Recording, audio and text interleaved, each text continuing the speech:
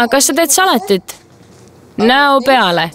Teen endale enne tantsupidu näohooldust. Mida sa veel täna tegid?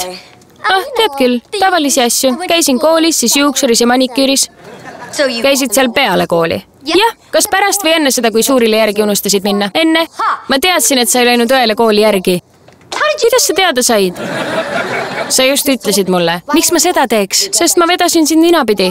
See polnud sinust väga kena. Uskumatu, et sa suurile kooli vastu ei läinud. Vabandust, ma unustasin, nagu sina poleks kunagi midagi unustanud. Ma ei unusta midagi. Jah?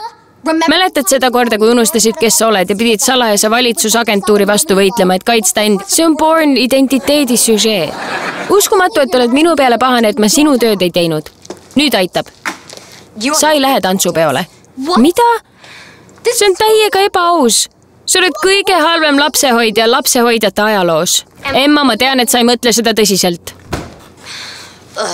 Teismelised. Sina oled ka teismeline.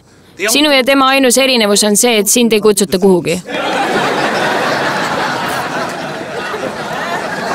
Ülemteenrid. Vaata Jessit Kids Zone TV-s.